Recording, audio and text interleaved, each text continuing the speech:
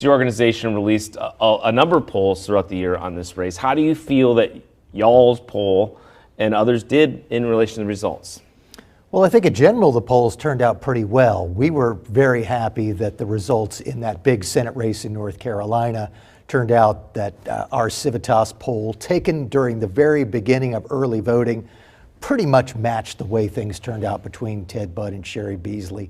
We said it was going to be about a 3.8-point win for Budd. It ended up being about 3.5 points, so very close, certainly within the margin of error.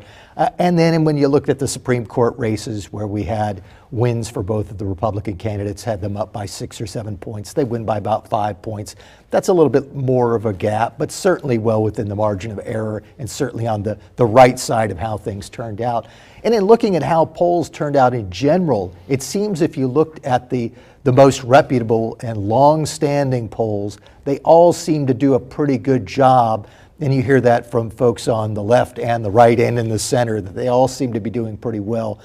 The polls that seem to have the most problems this time around were the ones that seem to be fairly new. And you heard a number of people on the left and right say that some polls that came out very late in the game that showed more movement toward Republicans, those seem to be the ones that had the problems.